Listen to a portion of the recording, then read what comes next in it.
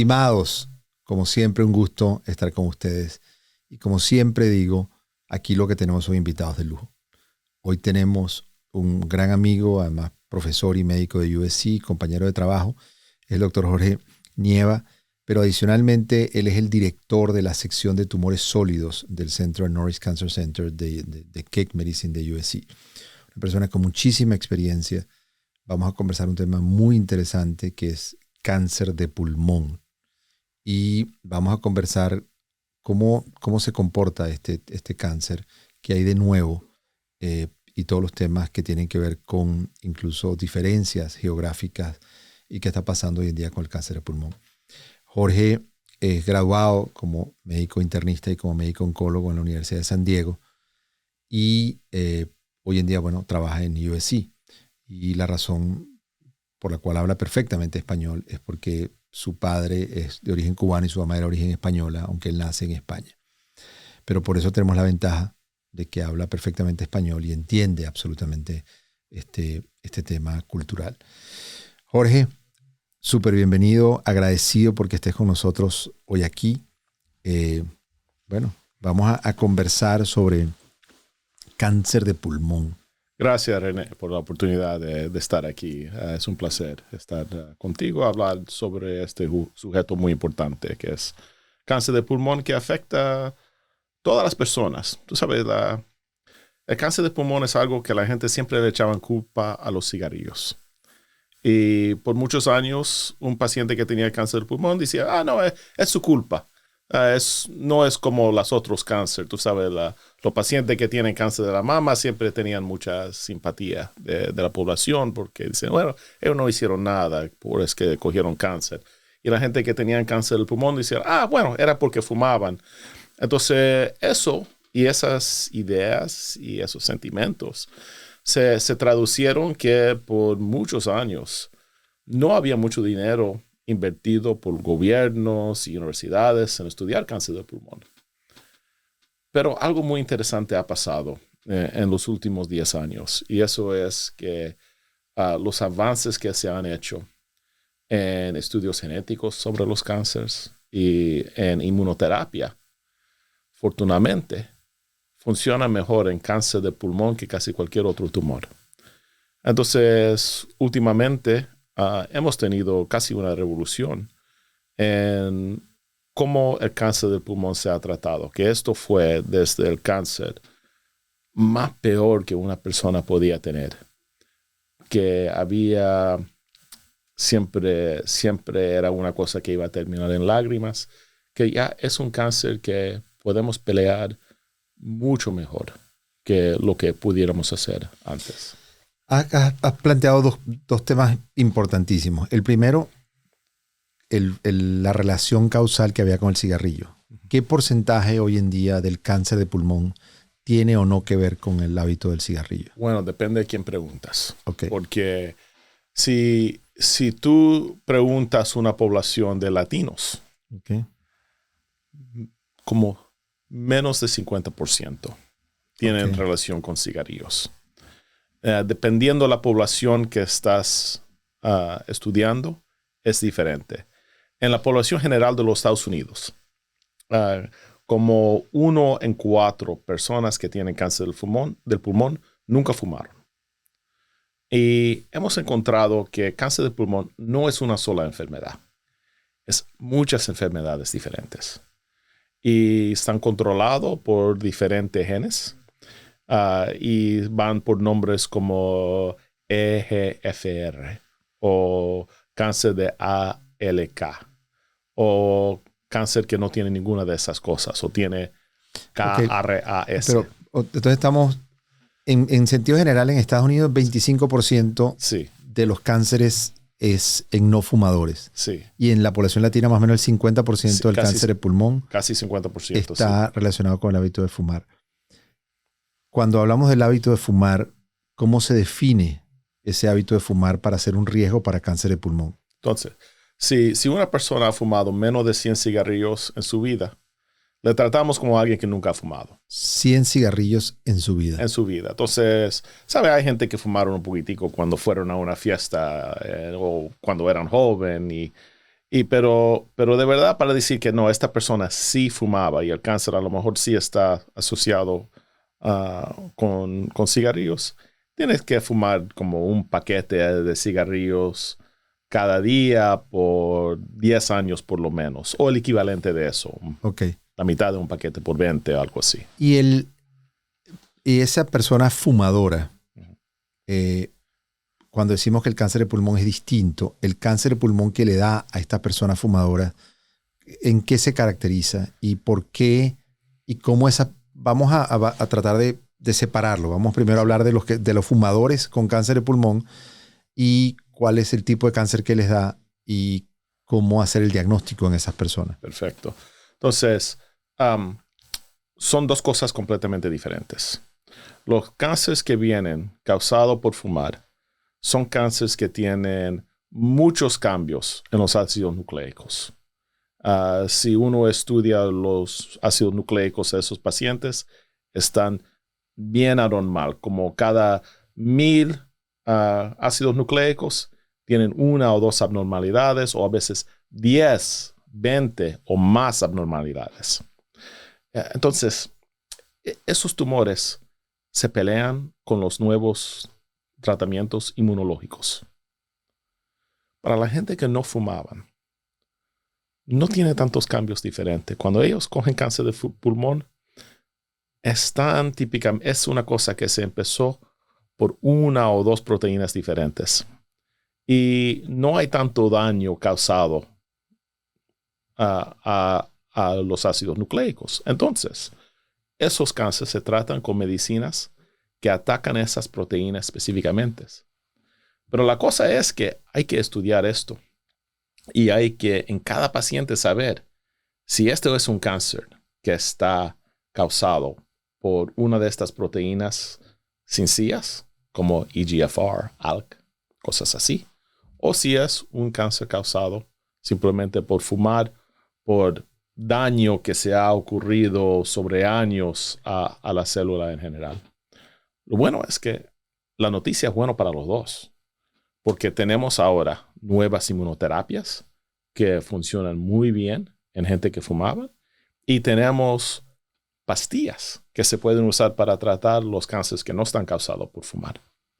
Pero hay que saber cuál es en cada paciente. Entonces, vamos a explicar un poco más sencillo cómo es ese tema de esa proteína, para entender entonces cómo es esa proteína que produce el cáncer. ¿Cuál es esa alteración en el...? Sí. Entonces, para la gente que no fumaban, típicamente los cánceres ocurren porque hay algo roto en la célula que causa que la célula piensa que está recibiendo señales para crecer cuando esos señales no están ahí. Y lo bueno es que hoy en día podemos saber cuáles son esas proteínas y qué es la abnormalidad. Y la maravilla que tenemos medicinas que pueden bloquear esa proteína. O sea, esa proteína le está diciendo a la célula, o sea, quiero todavía cómo hacerlo más sencillo para que la gente entienda, porque después vamos a explicar en forma sencilla cómo funciona este nuevo concepto de la inmunoterapia. Sí, bueno, entonces, para la gente que no fumaban, típicamente el problema es que la célula tiene una proteína que está roto, y esa proteína típicamente tiene el trabajo a regular si esa célula divide o no. Si se divide o no se divide. Si se multiplica o no. Si multiplica o no. Entonces, si esa proteína está roto, típicamente cuando se rompe, es como un chucho de luz que está trancado, encendido. La célula piensa que el cuerpo quiere que crezca, pero el cuerpo en realidad no está mandando esa señal. Entonces, ¿qué hace la célula? No hay control. Y la célula se está multiplicando. Se está multiplicando, piensa que eso es su trabajo, que eso es lo que debe estar haciendo, pero en realidad es que tiene esta falta en este chucho que manda esta señal. Entonces, simplemente para esos cánceres hay que bloquear esa señal. Volver a controlar el apagador. Sí. Esa señal que pueda decirle, para de multiplicarte. Ahora, el mecanismo, cuando este cáncer es producido por el cigarrillo, hay más proteínas alteradas. Sí, típicamente hay muchas proteínas alteradas. Y esas proteínas alteradas no es una u otro, es docenas. Ok. Y lo bueno que tiene en esa situación es que, porque la célula tiene tantas cosas rotas, empieza a parecer muy anormal el sistema de inmunidad. Tú sabes, nuestro sistema de inmunidad está hecho para saber la diferencia de algo que tuvimos desde el nacimiento a cosas que son nuevas, ¿verdad? Porque cuando tú tienes un virus es porque tienes una cosa nueva en tu cuerpo y tu sistema de inmunidad empieza a pelearlo. Igualmente, cuando tienes un cáncer causado por cualquier cosa que hace daño al DNA, cualquier cosa, pues si es fumar en cáncer de pulmón o luz ultravioleta en los melanomas o comidas malas para cáncer de los intestinos, cualquiera que sea. Esas células empiezan a crecer proteínas que están rotos. No lucen normal. Y el sistema de inmunidad, cuando ve esas proteínas, dice, mira, esto no está normal. Esto no estuvo aquí con nosotros cuando éramos niños. Esto parece un virus. Entonces vamos a pelearlo.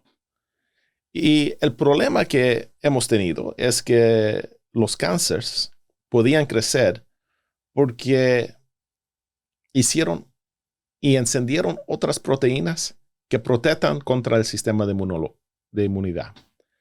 Y estos sistemas, como el PDL1 o otra proteína que se llama CTLA4, estas proteínas escondieron el tumor del sistema de inmunidad.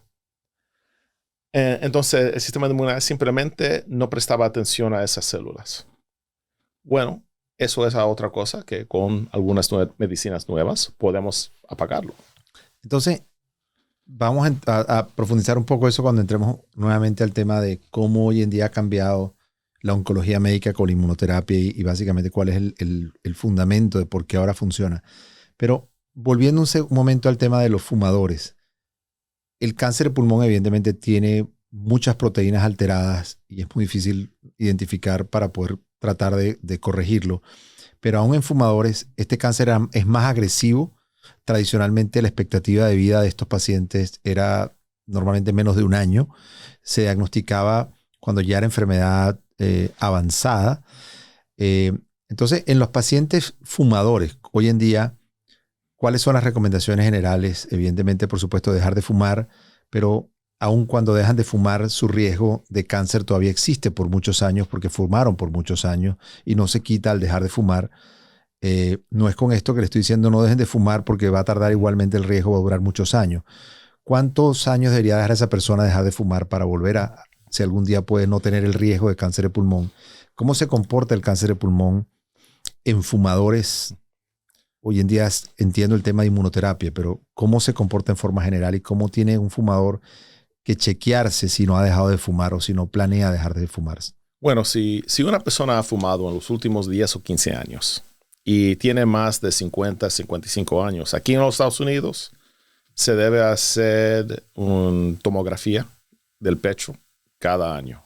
Un CT scan anualmente. Una tomografía del tórax. No hay que usar contraste, no hay que usar mucha radiación. Se puede hacer con cantidades bajas de radiación, pero se debe hacer cada año. ¿Y por qué no una radiografía simple de tórax, que es lo que se hacía tradicionalmente? Porque no sirve. Porque no sirve. Es que simplemente, tú sabes, la gente se hacía una placa simple de tórax y decía, mi pulmón está perfecto, mira cómo yo fumo, y entonces estamos claros, no sirve una simple X-ray del tórax. No, porque tú sabes, tienes muchas otras cosas en el pecho, ¿verdad? Tienes un corazón, vasos sanguíneos grandes y lo que haces si lo queremos curar con cirugía, que es como se curan cuando son en bajo nivel, hay que hacer cirugía. Pero quieres hacer cirugía cuando son pequeños, no quieres esperar que están el tamaño. Entonces tiene que hacerse un CT scan, una tomografía de tórax una vez al año con baja dosis de radiación y sin necesidad de contraste endovenoso. Y esto lo hace una vez al año para diagnosticar cualquier cosa a tiempo que pueda ser operable. Si el paciente dice, lo que la gente decía, tiene que ser una vez al año para diagnosticar algo a tiempo que pueda ser operable. Tradicionalmente, antes de la llegada de la inmunoterapia, la sobrevida de un paciente con cáncer de pulmón era ¿cuánto? Antes de la era de inmunoterapia, si aparecía el paciente ya con cáncer de nivel 4, sabe que ya ha escapado del pulmón, sin tratamiento, vivieran 3 meses en averaje. Wow. Con quimioterapia, pudieran vivir 6 meses en averaje. Con las nuevas, tú sabes, cosas contra vasos sanguíneos y quimioterapia más moderna y más nueva y quimioterapia que se daba por más duración de tiempo, se podía vivir en averaje a lo mejor 18 o 20 meses en averaje. Sabe que había avances que ocurrieron antes de inmunoterapia, pero lo que hizo inmunoterapia es que hay pacientes que ahora se curan. Wow. Sabe que con cáncer de nivel 4, que está afuera del pulmón, en el hígado, en los huesos, en el cerebro, lo que sea. Con estas nuevas inmunoterapias, como 1 en 5, 1 en 4 de los pacientes en esa situación se curan. Increíble, ¿no? Viven para morir de otra cosa. Wow, impresionante, impresionante. Entonces, ahora, ¿cuáles son los estudios? O sea, primero entendamos ahora en forma muy sencilla cómo funciona la inmunoterapia y en qué se hace, cuál es la diferencia entre la inmunoterapia y la quimioterapia. O sea, nosotros teníamos básicamente en oncología 2 grandes pilares, que era la radiación y la quimioterapia. Ahora aparece la inmunoterapia. ¿En qué se diferencia? Entendimos que hay un switch, hay un apagador alterado, que la célula se está multiplicando ahora sin control. ¿Cómo la inmunoterapia en forma sencilla funciona? Bueno, vamos a decir que hay una tercera categoría de tratamiento que se llaman los targeted therapies en inglés, que son tratamientos moleculares, diferente de inmunoterapia, porque no funciona en el sistema de inmunidad. Simplemente, apagan estos chuchos que están encendidos. Y con esos tratamientos, gente con tumores que están bien avanzados viven más que 3 años en averaje. Pero las diferencias son grandes, ¿verdad? Porque con la quimioterapia la gente tiene pelo como el mío, muchas veces. Pero con los otros tienen pelo como el tuyo. Cosa muy diferente. Los tratamientos moleculares típicamente son pastillas. No hay que meterlo en la vena. Y no tienen tantos efectos negativos. Muchos tienen casi ninguno. Hay ciertas cosas que sí tienen. A veces pueden tener ronchas en la piel o un aptos en la boca. ¿Cómo se llega a esa terapia molecular? O sea, ¿cómo se logra identificar? Esta terapia molecular o target es llegar exactamente al sitio en la célula que está afectado, el control. Bueno, primero, la cosa que tiene que hacer todos los pacientes que tienen cáncer de cáncer de pulmón, sin excepción, tienen que hacer un estudio molecular del tumor. Y desgraciadamente, aunque aquí, en los Estados Unidos, el país con más dinero del mundo, la mayoría de los pacientes no hacen un estudio bueno molecular. Simplemente todavía hay nihilismo. La gente no hace estas cosas o reciben el tratamiento en un centro muy pequeño y no tienen acceso de estos estudios moleculares. Pero eso es la parte más importante, porque si no lo haces, si no encuentras la abnormalidad molecular, no sabes cuál medicina usar. Estás dando antibióticos a ciega. Era como el antibiograma que lograbas ver la sensibilidad, ¿no? A una bacteria, y cuando mandabas a hacer un cultivo de orina sabías exactamente cuál era el antibiótico que tenías que usar. De alguna forma aquí estás tratando de saber cuál es el medicamento para llegar a ese nivel molecular que debes usar. Y más todavía, porque si tú escoges el antibiótico incorrecto, a veces todavía funciona. A veces funciona. Pero en este caso, si tú usas el tratamiento que no es apropiado por ese tumor, basado en los cambios moleculares, te voy a decir que la probabilidad que va a funcionar es 0. 0.0. ¿Y cómo No funcionaba la quimioterapia antes entonces? Bueno, ¿Cuál es la diferencia? Bien, estamos claros ahora en día que hay que hacer estudio molecular y en base a eso seleccionar la terapia target específica de acuerdo a lo que había. ¿Cómo funcionaba la quimioterapia antes? bueno, la quimioterapia de antes simplemente destruía todas las células que estaban tratando de crecer.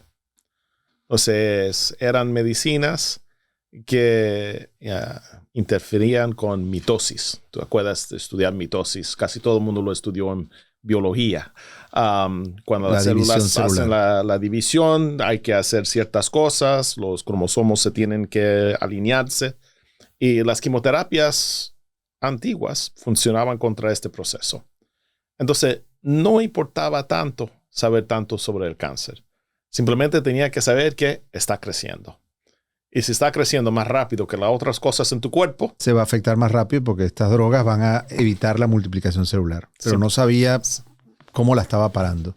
Paraba a todo el mundo que quería crecer. Sí, y por eso causaban perder el pelo, porque el pelo también está creciendo un poquitico más rápido que el resto del cuerpo. Afectaba la médula porque las células que están haciendo la sangre para un poquitico más rápido que todas las otras células en el cuerpo haciendo división. Afectaba el sistema de inmunidad porque las células inmunológicas también crecían un poquitico más rápido. Entonces, eso era la característica de quimioterapia antes. ¿Sabes? No funcionaban contra anormalidades que el cáncer tenía y el resto del cuerpo no tenía. Y eso es el milagro de los tratamientos moleculares, que ahora pueden tratar esta cosa en el cáncer y en realidad no afectar tanto el otro parte del cuerpo. Entonces, pero hoy en día incluso tú puedes combinar quimioterapia con terapia molecular. A veces se combinan, no tanto, porque como que la quimioterapia funciona mejor en las células que están dividiendo rápido. Y estos tratamientos moleculares causan que no hacen división las células. En algunos casos pelean un tratamiento con el otro. Entonces, más común usamos uno y después el otro. Entonces, usamos el tratamiento molecular si el cáncer tiene resistencia. Cambiamos a quimioterapia por un rato.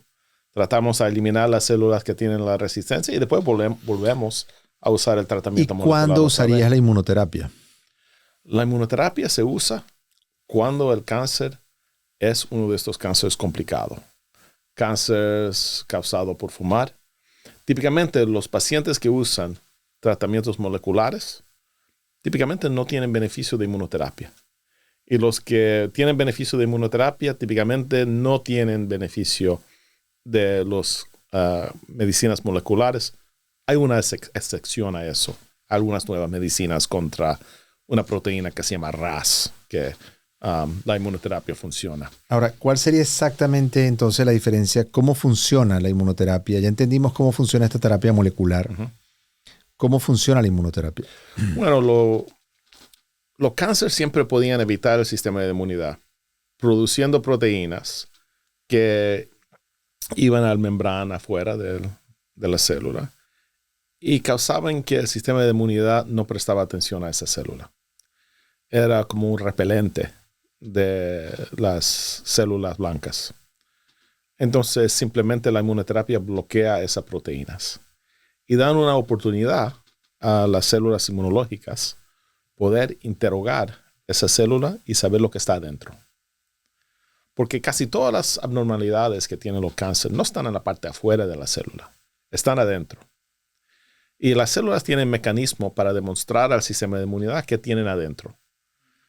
Y eso es una de las cosas, o sea, milagro de nuestro sistema de inmunidad, que todas las células en tu cuerpo, todo el tiempo, producen partecitas de las proteínas que están adentro para demostrarle a las células del sistema de inmunidad, a demostrar que adentro no tenemos nada mal.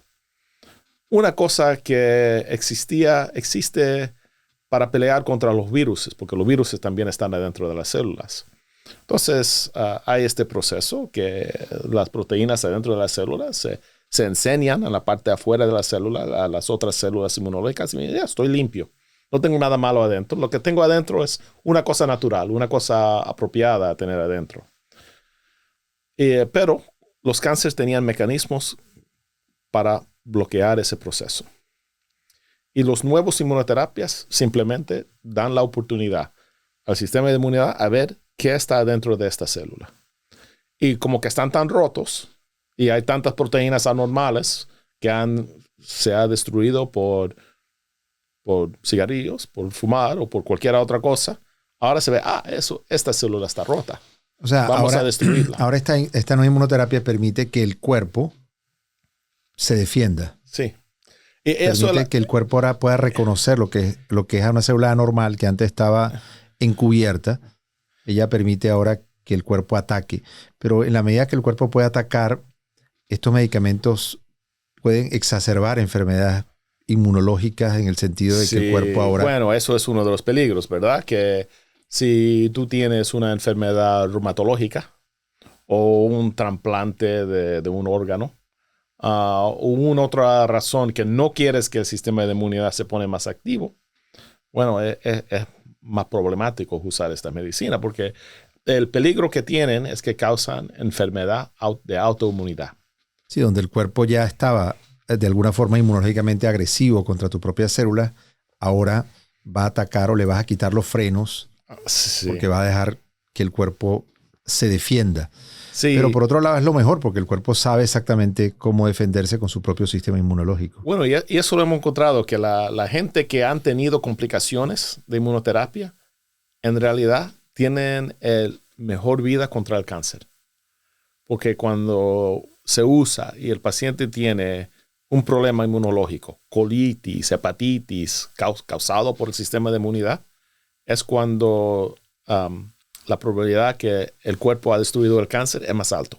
Porque tiene un buen sistema inmunológico. Sí. Por un lado agresivo, pero por otro lado también ataca las células del cáncer. Pero es problemático cuando estas cosas ocurren porque es peligroso. Tú sabes, el colitis puede causar sangramiento de los intestinos. La hepatitis puede ser muy mal también. ¿Y cómo se da esta terapia molecular y esta terapia inmunológica? Entonces, ¿cuáles son las vías de administración? La mayoría de los tratamientos moleculares se dan en pastilla.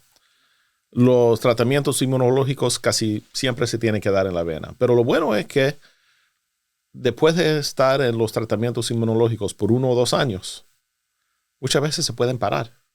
Y el sistema de inmunidad ya está entrenado a pelear contra el cáncer. Y no hay que seguir con la medicina. O sea, wow, qué interesante. O sea, que no requiere... Sí, porque ya cuando el sistema de inmunidad aprende cómo luce el cáncer y ha tenido un tiempito para pelear contra el cáncer, ya los linfocitos están acostumbrados a pelear contra el cáncer, se expandan. Los linfocitos que son específicamente para pelear contra el cáncer y siguen viviendo con el paciente. Entonces, es como que el tratamiento sigue viviendo contigo. Definitivamente vamos a llegar a eso que queremos hacer, que se convierta en una enfermedad crónica y que definitivamente el paciente no se muera por el cáncer, sino que evidentemente requiera un tratamiento por un tiempo y que quede una enfermedad cronificada. Hablábamos de que la terapia molecular era sobre todo por vía oral. Una de las grandes barreras es los temas de costos, ¿no? Y el nuevo desarrollo de estos medicamentos. ¿Cuánto puede costar? Bueno, las nuevas son carísimas. Entonces, típicamente $14,000 al mes hasta $30,000 al mes por los que todavía están en patente. Ahora, el primero tratamiento molecular, una medicina que se llamaba gefitinib y una otra que se llama erlotinib, que pertenecen a como unos 15 o 20% de los latinos. Esa medicina ya son genéricos. Entonces se pueden conseguir por $500, $700 al mes. Wow. Pero todavía es carísimo, ¿verdad? Para la mayoría de los pacientes eso es carísimo, pero no es imposible. Pero importante que ya hay genéricos de esos dos medicamentos, ¿no? Sí, y ¿sabes? Los patentes de los Estados Unidos duran unos 17 años o algo así. Entonces, en un tiempo van a todo va a bajar en precio de la primera generación de estas medicinas. Pero para muchos pacientes son carísimos. Pero hay mecanismos para conseguirlo para la gente que no tiene ese dinero, que es todo el mundo, ¿verdad? Porque simplemente, si no eres Bill Gates, tú no tienes dinero para comprar estas cosas. Claro. Los seguros típicamente lo cubren. Es lo bueno. Y las compañías farmacéuticas, tú imaginas lo que pasaría si había gente muriendo de cáncer porque las medicinas eran muy caras, ¿verdad? El Congreso le empezaba a matar a los jefes de esas compañías. Claro, para que bajaran los precios. ¿Verdad? Entonces, ellos no dejan que eso va a ocurrir. Entonces, lo que ellos han hecho es una variedad de fundaciones que ayudan a los pacientes que no tienen dinero para conseguir las medicinas. Aquí en los Estados Unidos, si tú tienes que pagar un copayment, lo que dicen, tu porcentaje del pago, y tienes que pagar $1,000 al mes para la mayoría de pacientes, eso es mucho dinero. No tienen $1,000 al mes metido en una gaveta para gastar cada mes. Claro. Entonces, estas fundaciones cubren esa parte por esos pacientes. Ahora, eso es el sistema de los Estados Unidos, que el sistema de salud de los Estados Unidos es diferente de los otros países. En otros países, las medicinas típicamente son más baratos y los precios son diferentes. Pero muchas veces pueden ser muy caras. Y en cada país van a tener un sistema diferente para ayudar a la gente que no tiene dinero. Lo importante es saber que existe esta nueva modalidad, sí, que debe de alguna forma no quedarse con la alternativa simplemente de la quimioterapia, que debe hacerse. Y ahora, ¿cuánto cuesta hacer este estudio molecular? Y se hace, obviamente hay que hacer una biopsia. ¿Cómo se hace el estudio molecular? Sí, bien, diferente en diferentes países. En los Estados Unidos, como $5,000. Ahora, cubierto por seguro. Los pacientes, si tienen que pagar algo de su bolsillo, típicamente va a ser menos de $500. Que todavía es algo, pero eso es el mejor dinero que se puede gastar en la salud de un paciente que tiene cáncer. Es saber el nombre y apellido del cáncer para poder saber identificarlo con precisión y poder definir exactamente cuál es la terapia molecular ideal a recibir. Ahora, ¿y este estudio se hace en qué tipo?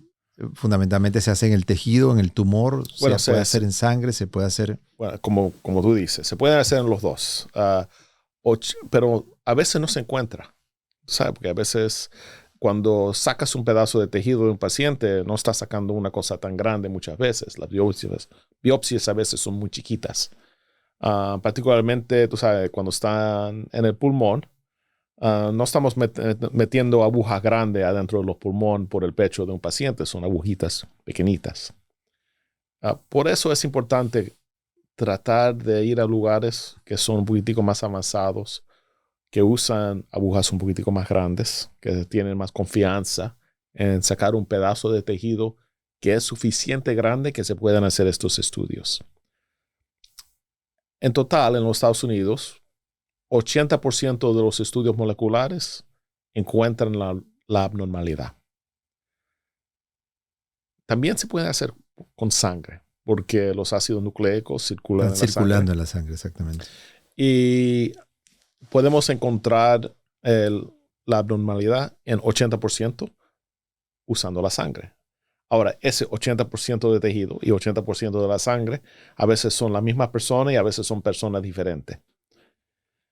Yo, en mi práctica, si yo sé que el pedazo de tejido era muy chiquito donde sacaron la biopsia, yo hago los dos. Y se gasta un poquitico más dinero al principio para encontrarlo. Eso es el otro problema. Estos estudios se demoran como 2 semanas para coger los resultados.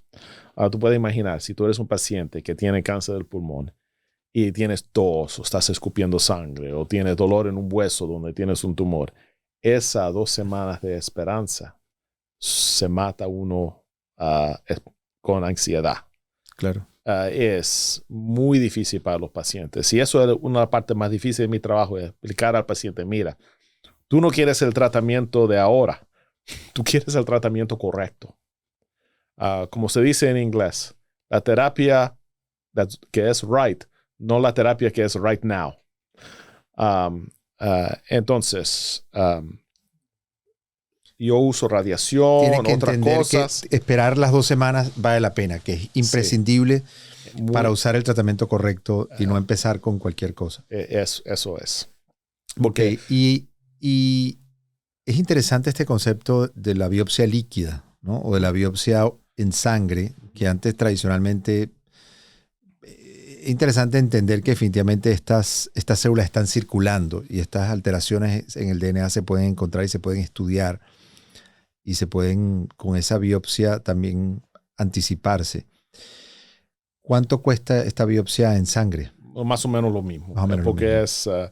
Lo que cuesta es el análisis nucleicos. Y usan las mismas máquinas, usando el tejido, usando la sangre. Y ese proceso de sacar los ácidos nucleicos, ponerlo en esta máquina y hacer lo que se dice es leer los ácidos nucleicos. Eso es cosa que es igual en los dos procesos. Y si alguien está fuera de Estados Unidos y tiene que mandar ese tejido o esa sangre, ¿cómo hace? Bueno, casi todas estas compañías existen en todos los países del mundo. Ok. En los Estados Unidos tenemos, 20 compañías diferentes compitiendo por el negocio. A lo mejor en otro país hay solo una. Y en los otros países son un poquitico más baratos. Yo he ido una vez a un paciente mío me invitó a hablar en Vietnam.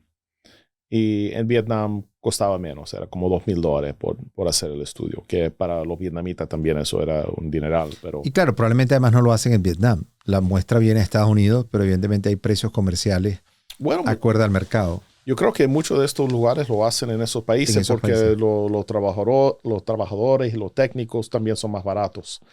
La mano de obra es más, evidentemente. Y muchas veces las compañías que venden las cajas que son necesarias para hacer este trabajo lo venden por menos dinero. Hablando de los temas del estudio del DNA, ¿cuál es tu opinión de estos estudios genéticos donde la gente hoy en día manda una muestra de saliva o una muestra de sangre y le hacen como el mapa? Como el 23andMe y esos tipos de cosas. Que te dice cuál es el riesgo de tener cáncer o no tenerlo. ¿Cuál es la utilidad de estas pruebas? Y sobre todo tú que has estudiado este tema geográfico del cáncer, porque cuando tú te haces esta prueba, yo recuerdo que me la hice hace muchísimos años estando en Venezuela, creo que era saliva, y me llegó un análisis incluso de mi riesgo quedé impactado porque me dijeron que tenía riesgo de cáncer de colon y después de eso he tenido una obsesión por hacerme colonoscopia para ver si lo agarro a tiempo y afortunadamente no he tenido. Pero, ¿cuál es la sensibilidad realmente de estas pruebas para predecir que tú puedas tener y cuál es la utilidad oncológica? Y luego, cuando tú te haces esta prueba, yo me la hice estando en Venezuela, la mandaron a Estados Unidos, los bancos de datos referenciales son de otra población. ¿Realmente cuál es la utilidad cuando se compara estos riesgos? Estas compañías en general tienen un producto que es bueno. No es el mejor producto que existe. Hay los que usamos para diagnósticos médicos son más comprensivos.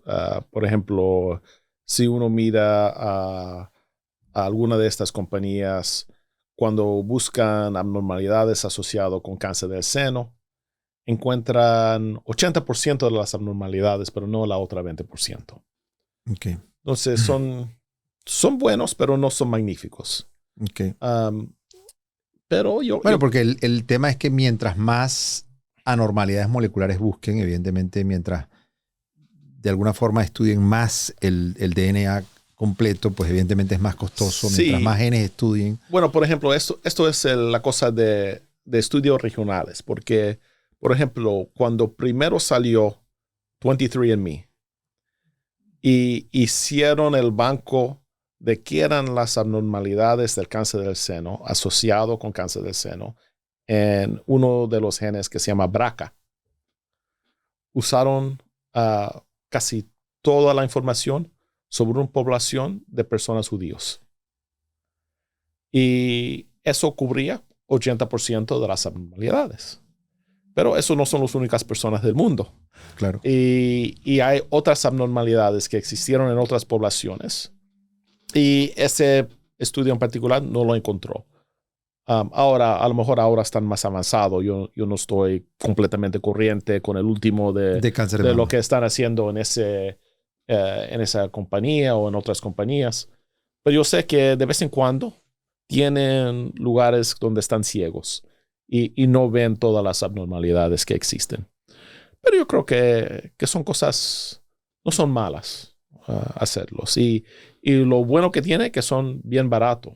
Y cada vez se van a hacer más baratos. Sí, pero no te van a hacer diagnosis del cáncer porque lo que están buscando es los ácidos nucleicos de la saliva o de lo que está dentro de la boca. No te va a dar información sobre tu cáncer si es tu cáncer.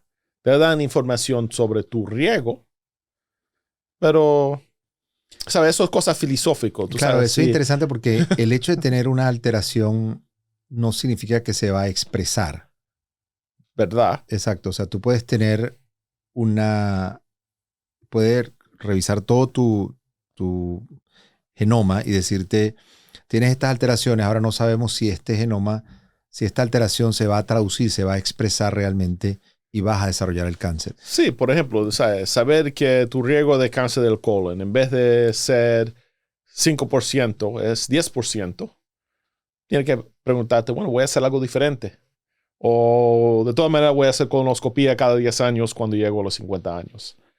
Es bueno si tú te imbuyes a hacer una cosa que a lo mejor no tenía relación que ibas a hacer. Por ejemplo, la mayoría de gente en los Estados Unidos no hacen la colonoscopia cuando tienen 50 años, que se debe hacer, pero la mayoría no lo hacen. Ahora, a lo mejor si hacen un estudio de una de estas compañías, como 23andMe, dice, mira, mi riesgo es más alto.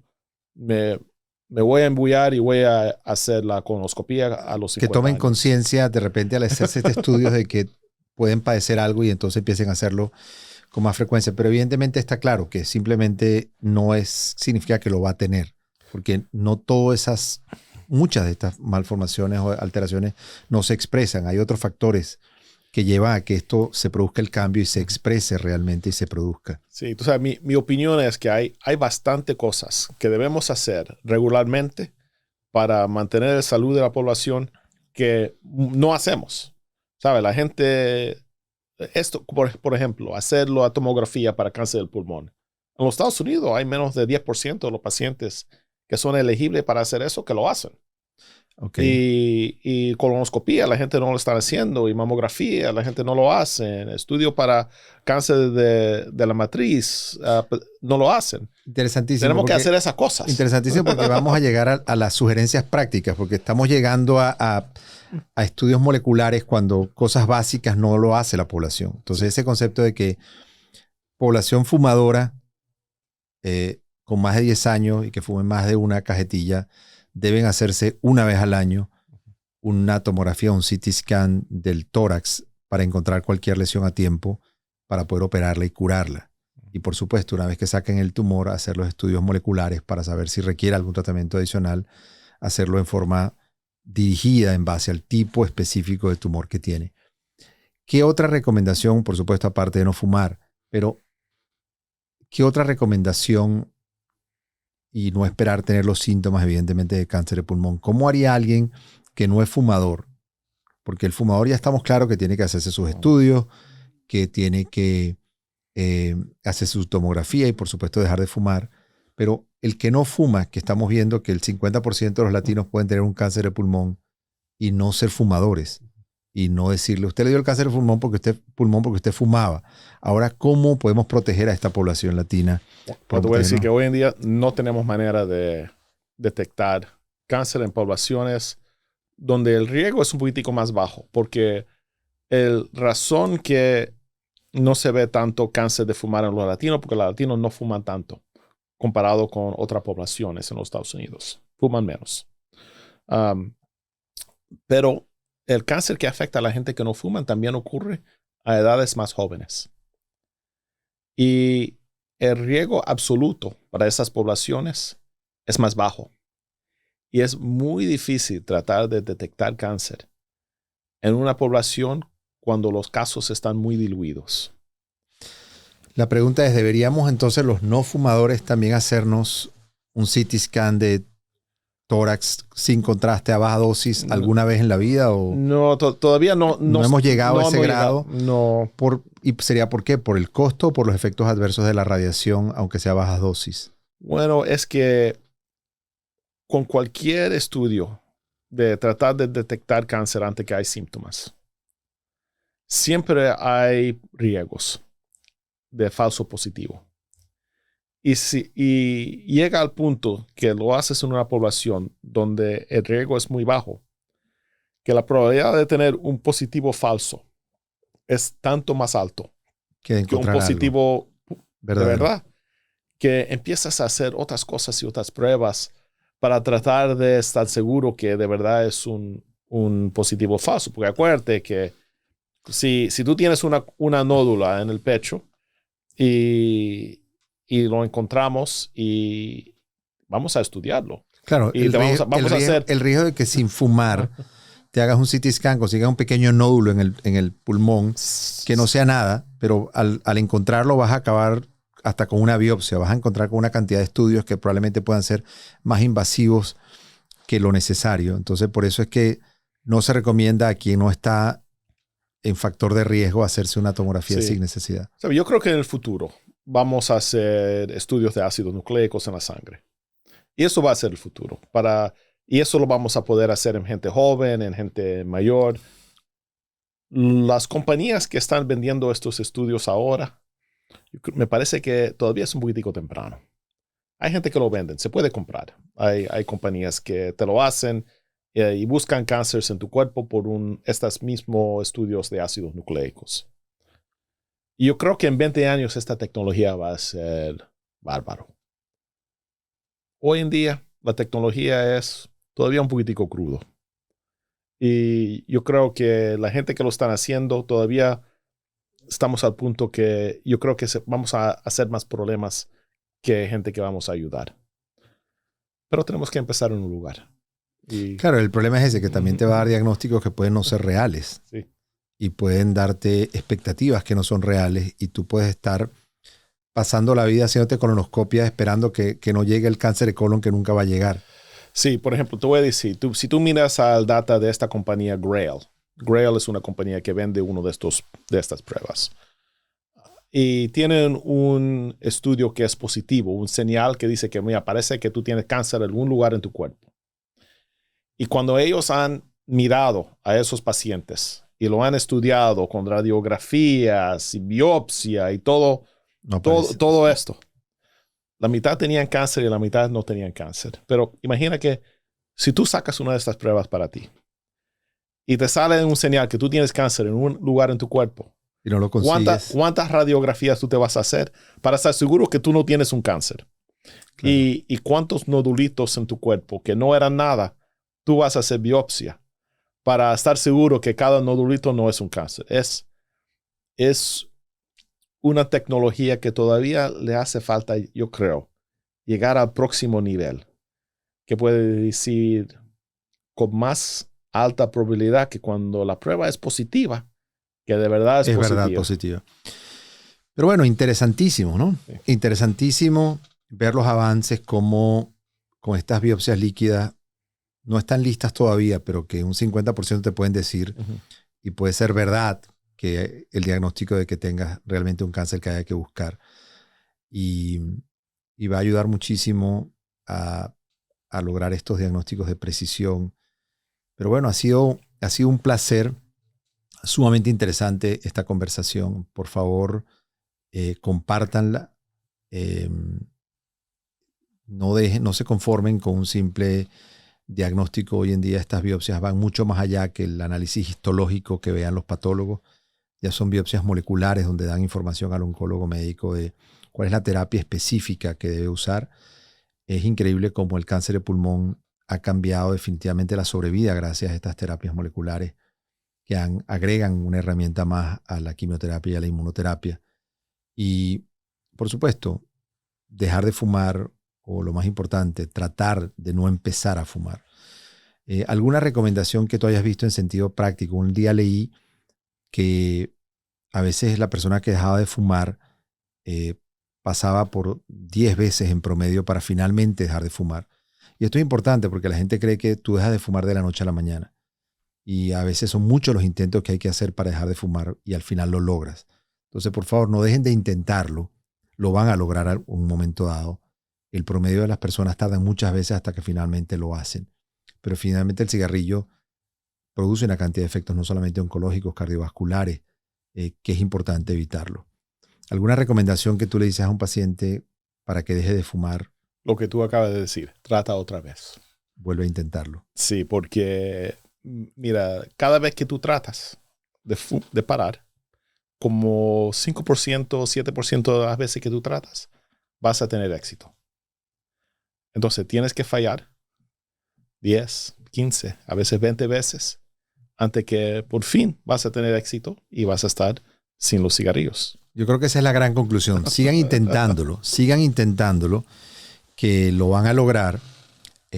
No esperen que va a ser de la noche a la mañana, sigan intentándolo. Definitivamente es una tremenda recompensa hacerlo.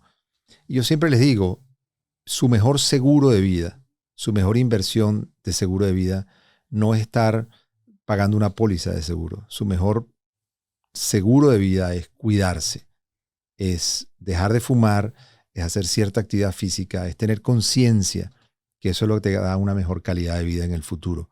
No estar pendiente de que tengo que sacar un seguro para cuando me enferme, sino realmente cuidarte. Tu mejor activo es tu salud, es tu cuerpo, es hacer medicina preventiva, es diagnosticar cosas a tiempo para que puedas disfrutar de tus seres queridos, de las cosas para las cuales tanto trabajas.